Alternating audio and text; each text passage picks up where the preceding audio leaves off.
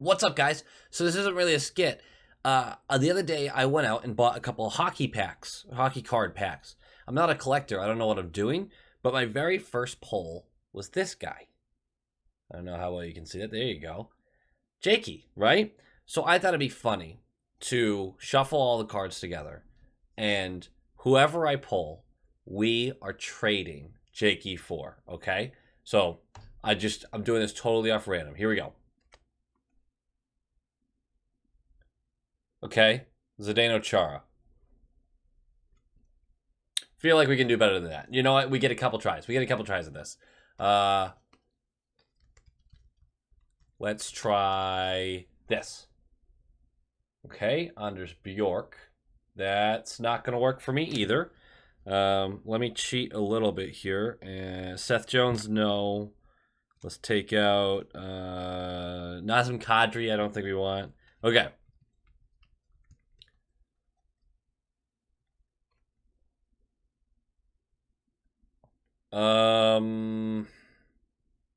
No. I'm going to say no to that one. Last pull.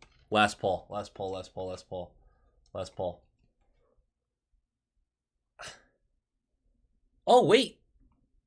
A little hurdle action? There it is. There's the focusing camera. Here, you heard it here first. Jakey for Thomas Hurdle. 1 for 1. We did it. Easy peasy. Hey, that's the universe, man. Can't argue with the universe. That's it. Low quality fans! Quality Bruins team, that is a dub! It's 1 in the morning, but that's a dub. And I know many of you who are watching this probably didn't watch the entirety of the game yet. I assume a lot of people, when it comes to these late night ones, try to catch like the 2-hour version that they put out, and they try to watch it the next day, whatever it is. God, watching these live is tough. Decent game. There were some lulls that were a little tougher to watch, some boring portions of it, but there are a lot of exciting moments. Who knew that the statistically worst starting goalie in the league, Grubauer, would put up such a fight? We got sort of goalied by him, and he's been terrible all year. We do really make goalies look pretty good. We don't score a lot of goals, do we? But that's okay. That's okay. This is a good dub. This is a really good dub. We're starting a 6-game road trip. A win here really sets the tone, no matter if it comes in overtime. If it came in the shootout, doesn't matter. Getting the 2 points. You're going through a couple teams that aren't great. You need to bank some wins here to show that the Colorado game wasn't a fluke, to show that Marchand coming back is a big boost. You need this kind of stuff. The Seattle Kraken, 2-8 in their last 10, have lost 5 in a row, now 6. Not a good team. I keep looking at the roster, and they should be a better team than what they are. They do not have McCann. He is out. That is a big loss for them, but I really just believe that their coaching staff sucks. I think they suck so much. Hackstall's a joke to me. I don't understand how this team is not better. I really don't. Olmark gets the start. He was okay. Top line Debrusk. Marchand comes back from his suspension, his first game back. He's going to go back to the top line with Bergeron. Hall, Howla, Pasta. That's going to stay your second line. We're not splitting Smith away from the, I guess we're calling it the sequence line right now. We're still trying to think of names for that one. But the 11, 13, 12 line, you're not splitting that up right now. They had another good showing tonight, I thought. So you got to leave Smith on the third line. Who goes up to your first line? Well, Debrusk has been playing on the fourth line left wing. We've been hesitant to put him back on that right side because he struggled so much with it. But we threw him up there, and he had probably not the best skill game he's had this year. But he did have the best effort game I think I've seen this year. His back checking, and in particular his neutral zone harassment of other players, was really good. I liked him up there a lot for this game. Do I think he's a long-term solution there if we're going to try to make a run? Probably not, but I do really like what he did tonight. A lot of people are going to debate, is that raising value for a trade, or is that raising his value to the point where you keep him. I'm still leaning towards it's raising it for a trade. But I'm not 100% on that. If you asked me 3 weeks ago, I said that there was a 95% chance Debrusk gets moved. Maybe we're at a 90% chance in my head. Still think it's very high. What that also means, though, is there's no stud, there's no Steen, there's no bleed, there's no room for him. Foligno goes down to the fourth line where Debrusk was. Lazar and Nosek make up the rest of that fourth line. Now, before anyone asks, I don't know what happened to Lazar. He played 4 minutes in this game. I don't remember when he got taken out of the game. I don't know why he got taken out of the game. And I don't know why he didn't return. That information should be readily available to us by the time you watch this video. I just haven't seen anything yet, and I can't really hold off making the video at 1 in.the morning for this news to break. So I will figure that out when it comes out. Riley is going to stay on the top pair with McAvoy, Grizz Carlo for the second, and then Forbort Clifton. I thought Forbort Clifton had a really rough night getting the puck out of the zone, but all in all, the defense looked okay. Vok is still not feeling right. He took himself out of the game earlier in the week, or not out of the game, out of the warm-ups for the game. He said, no, I'm not going. He's still feeling not right after that big hit and the concussion. There's a lot of worry there. There's a lot of concern over, okay, how long is this stuff going to linger? That's just the nature of that injury. Obviously, best wishes to the guy. There is no such thing as a timetable for that. We're just not sure on that. Another huge bummer. You talk about Zaboral taking a step forward and then having his leg injury. And now we're sitting here with Vok, and he took a step forward, and he's filling a need for us, and he has a head injury. It's just brutal. Brutal luck. Brutal luck. Puck drops, and we are so awake for 30 seconds. We start with that Coil line because they're so good at immediately starting a forecheck, immediately creating a turnover in the offensive zone for us, immediately creating a scoring chance, and then immediately drawing a penalty. They did all of that first 20, 30 seconds of the game. Coil draws a penalty. It's Giordano for tripping. We're 20 seconds in. We go to the power play. 38 seconds left of the power play. It's a high stick, double minor, on Hall, gets busted open. So we have 5-on-3 for 38 seconds, and then 5-on-4 for 3 minutes and 22 seconds. We get to basically start the game with 6 minutes almost straight of power play. You would think we'd come out of that amount of time with a goal or a lead or, I don't know, at least a tie game still, right? Right? They kill the 5-on-3. The first possession of the 5-on-4, Pasta has an open net, and Alexiak makes the knee-down block to save the goal. Puck goes the other way. It's just not a great start for us. 2v2 shorthanded against us, right? You see this all the time. You see this all the time when you're on the power play. They have two guys that come up. They try to make a little noise. They know they're not going to score. Here's the problem. The guys behind that 2v2 go for a line change. One of the parts of our two, Marchand, goes for a line change. He's in the slot and just goes for a line change. Peels off. Giordano is left alone to come into the slot. Pass gets to him, and he just beats Olmark blocker side, who's probably just shocked that happened. He's probably just completely confused that we just left him. We're just like, bye. Good luck. I mean, seriously, good luck, but bye. Beats him blocker side. We're down 1-0. We do nothing with the next couple of minutes of power play. We just had 6 minutes of power play, and we are down a goal now. We went negative on that. That's awful. And for the next couple minutes after it, we looked like we were dog tired. This was a bad start.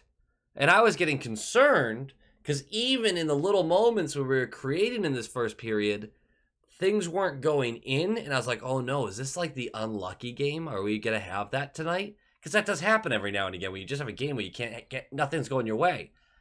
It kind of felt like that might be this game.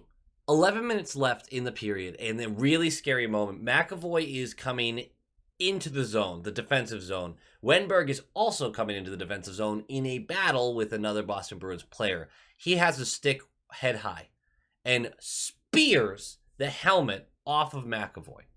Just right through, gets it, throws it. McAvoy came back, he was fine. 2 minutes, high sticking, another power play. We again don't get anything out of it. We do get a crossbar. That's good. We have multiple open nets while Grubauer is flailing. That's good. Nothing gets into the net.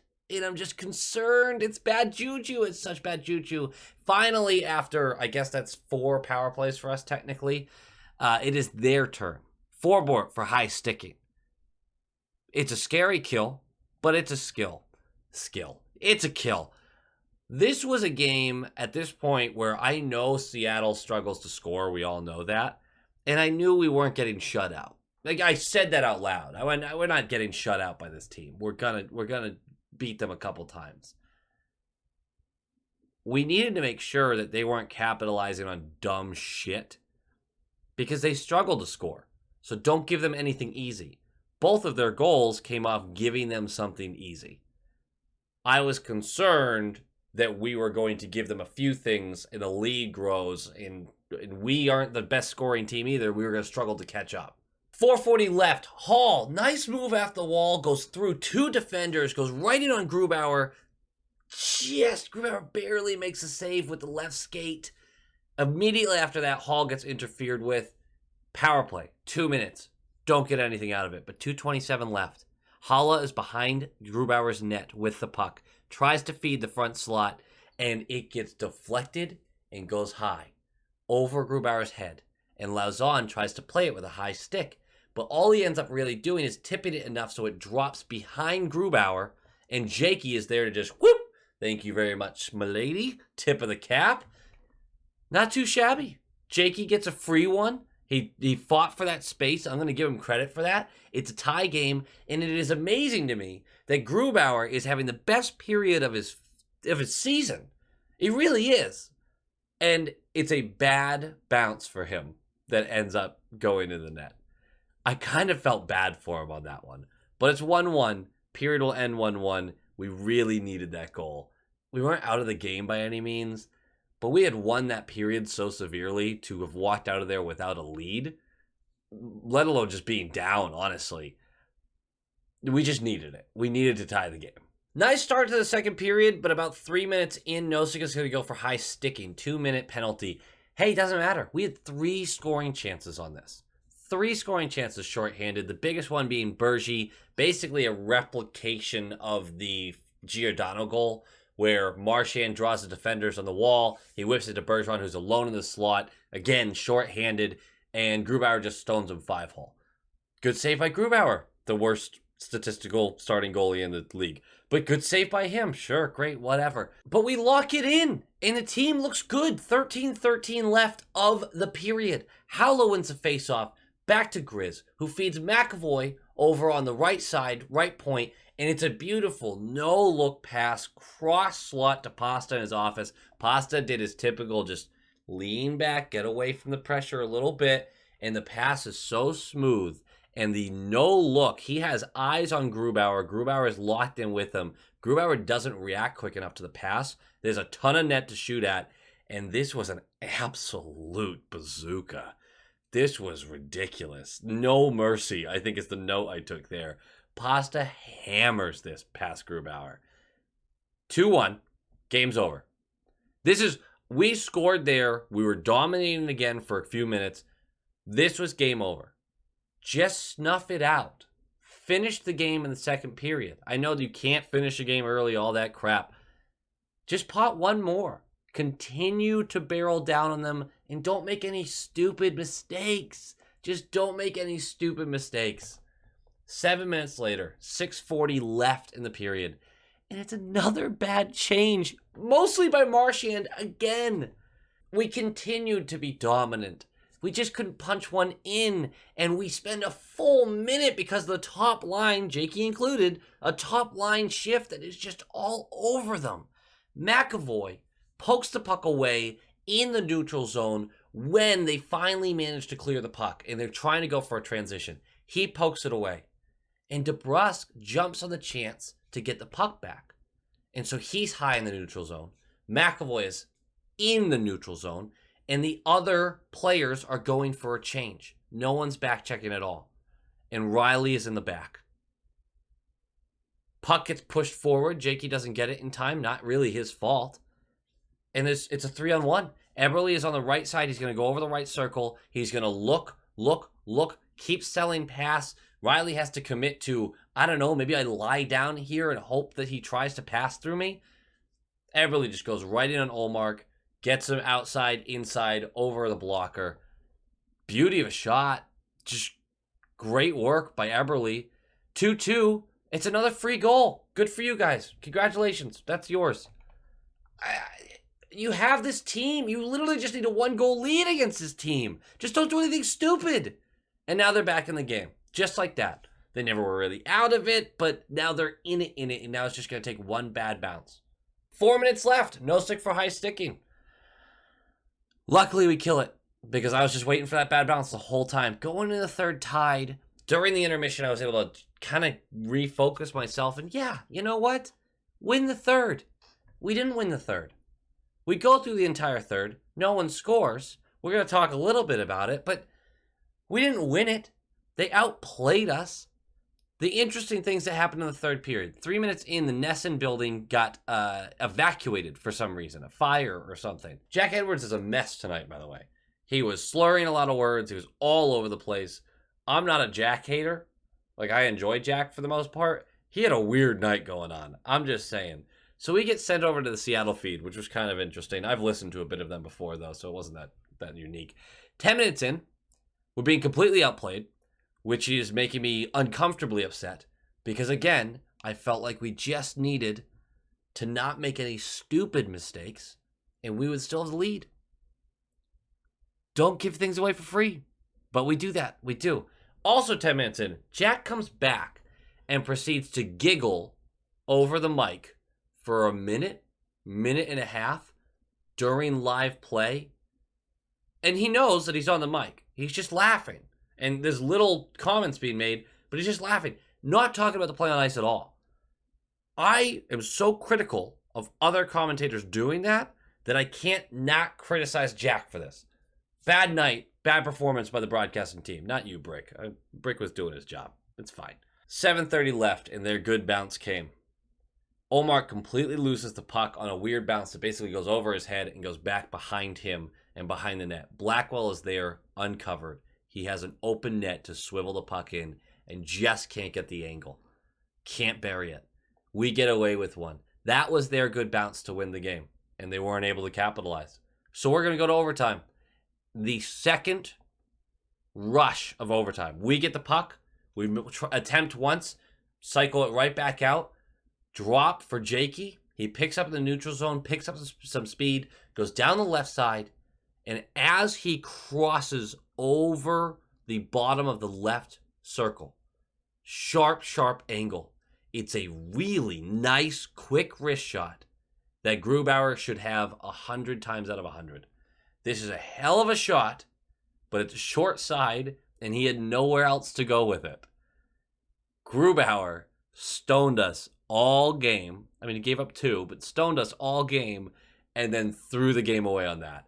Amazing. All credit to Jakey. Nice handles, nice speed, hell of a shot. But sometimes there's a little bit of marriage between that was a great shot and the goalie should have been in better position. Nice game, Jakey. Great game, Jakey. That's a 3-2 dub. Overtime win. We love to see it. Game notes. Not in love with the game as a whole, but we need to win the close games too. Close games against lesser competition happen. 100% they happen. I'm glad we found a way to win, even if it was in overtime. Starting off this road trip on the right foot was important to me. I'm really glad we did it. It's going to tell us a lot about this team. It really is. Lackluster competition. Can we win 5 out of 6 games? 4 out of 6 games? I think that's important for the team right now. The trade deadline's coming up. We need to know what we're actually looking at. I mentioned this a little bit. Lazar played 4 minutes. No clue what happened to him. So we will figure that out. Jakey on the top line. What an effort. He put in effort all game. And he got rewarded for it, which is great. But I liked seeing what he was doing in the neutral zone. I liked seeing what he was doing on defense. I liked seeing what he was doing in the offensive zone, where he was taking the puck from people. We just don't see that as much with him. And maybe first line minutes, he kind of got the whole, like, I'm like this sometimes, where if you compliment me, I want to do even better. I'm like that sometimes. I really am. Maybe that helped him. Maybe he's the build, build, build kind of guy. I don't know. But this was a good game for him. He should stay there for now, I'd say. All right, guys, that does it for me. Like, comment, subscribe. I can't promise how many skits I'm going to be able to do this week between the schedule of the Bruins being very late and a little bit of a family thing going on. Everyone's fine. There's just some medical stuff, but everything's fine. There might be some erratic scheduling, I'll say. Let's go with erratic, right? That works. That's a good word for it. Go big!